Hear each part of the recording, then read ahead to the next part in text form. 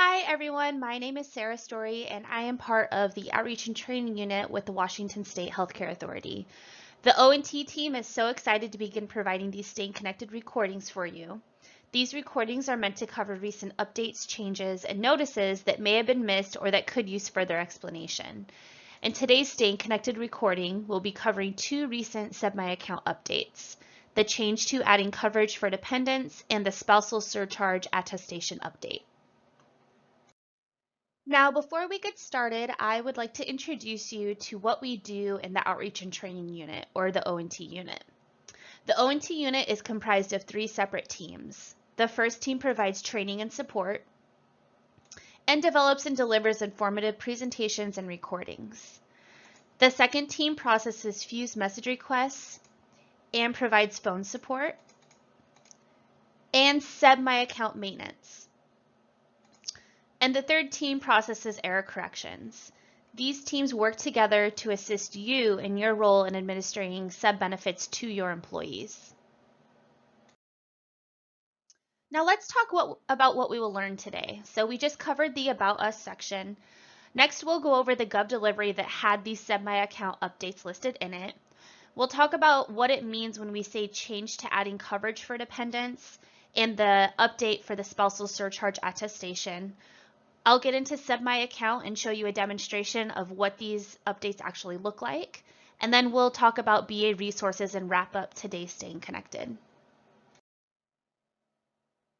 So the GovDelivery that has these SEBB My Account updates listed in it is the one that was sent out on April 12th. It has multiple SEBB My Account updates, and it also has the two that we'll be covering in today's Staying Connected. All right, so the first update we'll be looking at is the change to adding coverage for dependents. So as a newly eligible subscriber, benefits will be selected for the dependent at the time of adding the dependent into SEBB My Account. The employee will not be able to move forward with adding the dependent into SEBB My Account if they do not enroll them in at least one coverage. And like I said, we'll get into SEBB My Account here in the coming slides, and we'll show you what this looks like.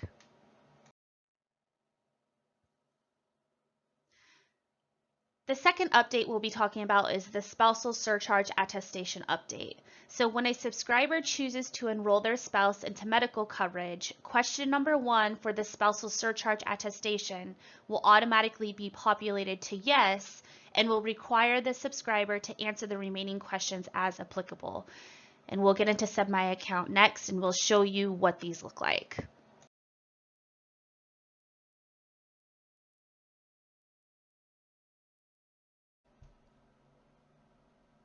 All right, so I am in a test environment for SEBB My Account to show you these two SEBB My Account updates that occurred.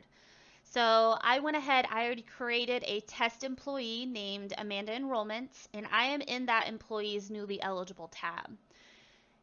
So you can see I already went ahead, I added Amanda's spouse to her SEBB My Account profile already, just to save us a little bit of time, because that has not changed. You just input the information like normal. I selected that this is Amanda's spouse and they were married and when they were married. So here's where that first update to the change to adding coverage for dependents. You can see here that the employee needs to go ahead and check what benefits they would like to have this dependent added onto. Now let's say they don't and they just click submit changes. It's not going to allow them to proceed. There is a warning box that comes up that says, in order to proceed forward, you must select an applicable enrollment for the dependent. If you select no benefit enrollments, the dependent will be removed from the system and not enrolled in any health plans. And even if the employee scrolls down and tries to click the submit changes button, it does not allow them to, because they have to select at least one of these boxes. Now notice that, let's say Amanda wants to add her spouse to medical and dental.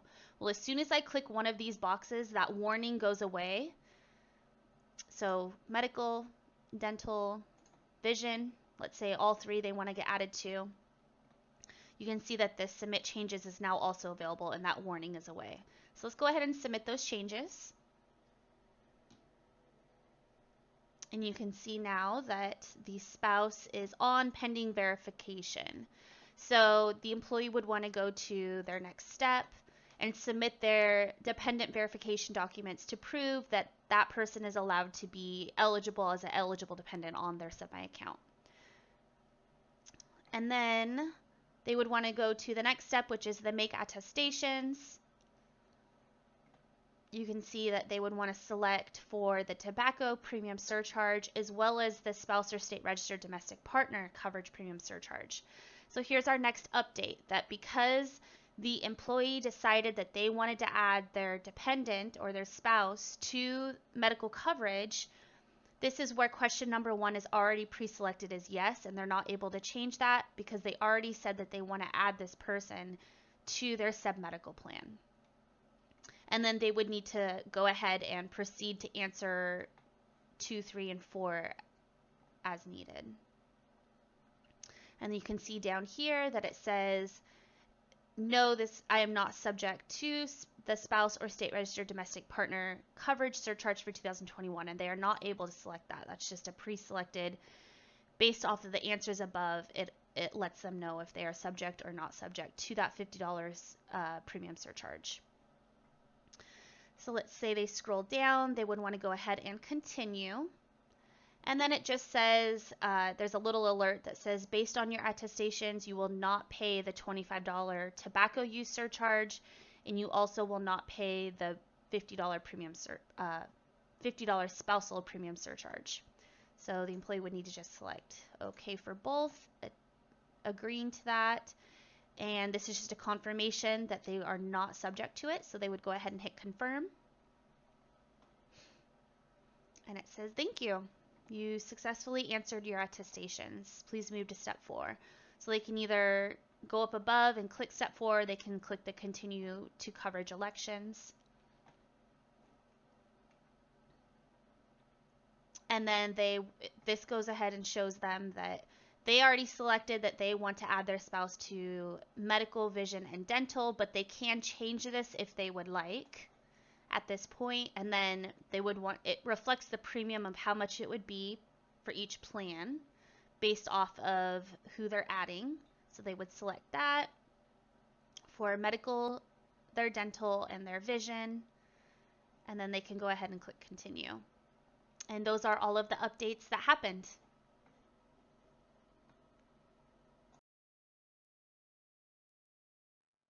All right, so let's go into some reminders, tips, and resources.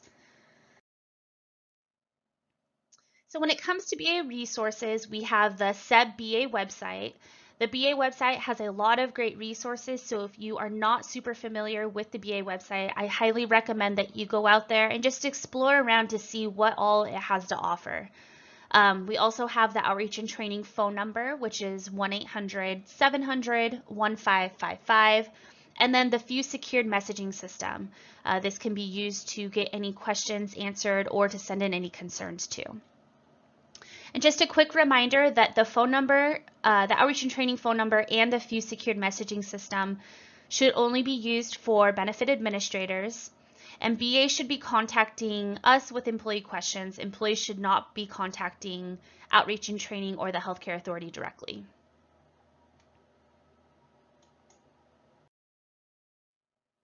All right, and with all of that being said, we are going to go ahead and wrap up today's Staying Connected recording.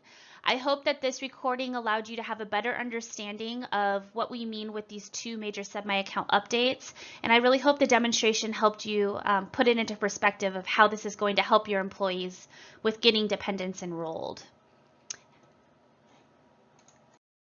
Thank you so much for tuning into today's Staying Connected recording. I hope you have a great rest of your day, and we'll catch you next time.